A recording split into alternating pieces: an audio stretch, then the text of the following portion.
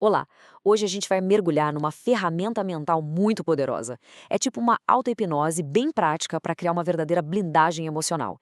Sabe, é sobre como lidar com críticas, principalmente aquelas que doem mais, as que vêm de gente próxima, e mesmo assim conseguir manter o foco total na nossa missão. Então, vamos lá entender como isso funciona. E aí já começa com a pergunta que, no fundo, todo mundo já se fez, né? Quantas vezes uma palavra de dúvida vinda da família, ou, sei lá, aquele olhar meio cético de um amigo, já não foi o bastante para botar um freio num projeto incrível? É uma coisa que pega todo mundo. Aquela sensação de paralisia que vem justo da opinião de quem, na teoria, mais deveria nos apoiar. Então, o primeiro passo dessa técnica é uma visualização bem forte, que tem o nome de o círculo de fogo. A ideia é essa. A pessoa se imagina bem no centro de um círculo e nesse círculo estão todas aquelas vozes críticas. O familiar que não acredita, o amigo que talvez tenha uma pontinha de inveja, todos eles ali meio que empurrando a gente na direção do que o método chama de precipício da desistência. É um cenário de muita pressão mental. Mas olha só o porquê de começar com essa imagem tão forte. O objetivo aqui não é brigar, não é discutir com essas vozes na cabeça. É, na verdade, treinar o cérebro para ter uma resposta completamente diferente. Ao invés de gastar uma energia enorme se defendendo, a meta é canalizar tudo, tudinho para o avanço, para seguir em frente. É uma mudança de postura fundamental. E para conseguir avançar de verdade, primeiro tem que rolar uma mudança por dentro. Chega o momento de ativar a nossa verdadeira identidade. A técnica fala de um ponto de virada, sabe? Um pivô mesmo. Parar de se enxergar pelo filtro dos outros e assumir quem a gente realmente é, a nossa verdadeira vocação. E aqui que entra uma afirmação muito forte, que funciona como uma âncora para essa nova identidade. A ideia é trocar aquela definição limitada, sabe? Aquela de filho de fulano, baseada na nossa origem, por uma identidade muito maior, ligada a um propósito. A pessoa não é só o filho de José. Ela é filha de Deus e a CEO da sua própria missão. É uma mudança de patamar. E essa identidade fortalecida, ela não vem sozinha. Ela vem com uma proteção. É o conceito de unção, que aqui é visualizado como uma luz dourada, quase como um manto que cobre o corpo inteiro. É o símbolo dessa proteção, desse propósito maior. É como se aquela armadura emocional de repente ficasse visível, pelo menos dentro da nossa mente.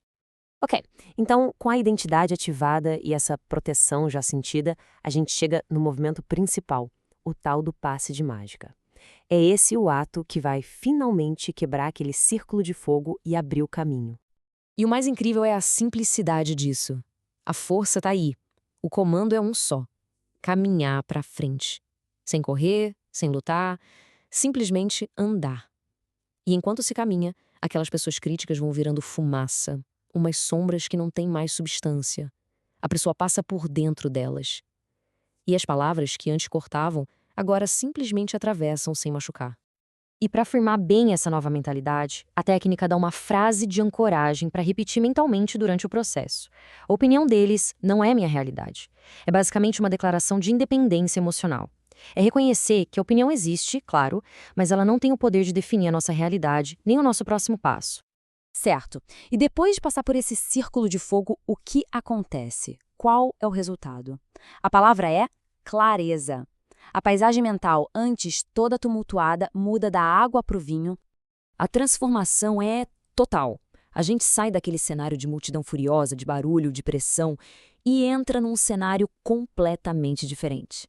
Agora, o que se vê é um caminho limpo, aberto e iluminado bem na nossa frente.